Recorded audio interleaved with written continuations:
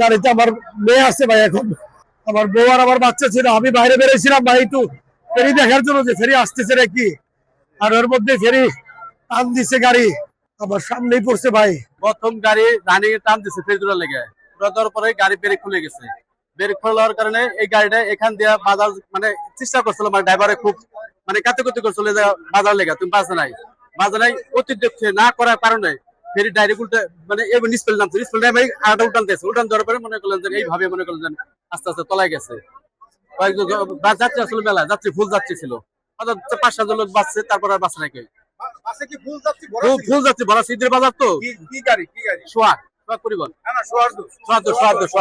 রাজবাড়ি কালোখালীতে যে গাড়িটা আসে সোহাগ পরিবহন, সেই গাড়িটাই করে গেছে এভাবে ডাঙিয়ে একদম ব্রেক ফেলে, মানে ড্রাইভার বাঁচাতে পারে নাই। ড্রাইভার চেষ্টা করছিল, ড্রাইভার ভিতরে ছিল, ড্রাইভার বাইরে পারে নাই। বাসটা এখানে আসে 3 নম্বর ফেরিঘাটে, আসার পরে বাসটা ব্রেক ফেল করছে।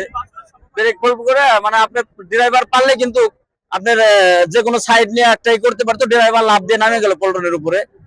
নামার পরে গাড়িটা পানিতে চলে গেল। তারপরে জীবিত আপনার 7 জন লোক উঠে হয়েছে, আর মৃত আপনার 4-5 জন লোক উঠে হয়েছে আনুমানিক, উঠে তাদের হসপিটালে পাঠানো হয়েছে।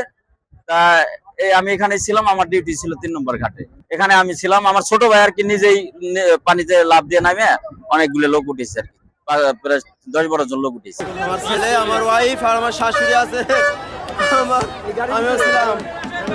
আপনি পালাইছেন কেমনে? আমি কিভাবে বাড়াইছি স্বয়ং আল্লাহ তাআলা জানেন। পরে ফেরি ঘাটে ভিড়ানোর সাথে সাথে গাড়িটা হালকা মানে রানিং হলো। আমি ভাবলাম তাহলে মনে হয় স্টার্ট দিছে, গাড়িটা আগাবে, কিন্তু গাড়ি আস্তে আস্তে এই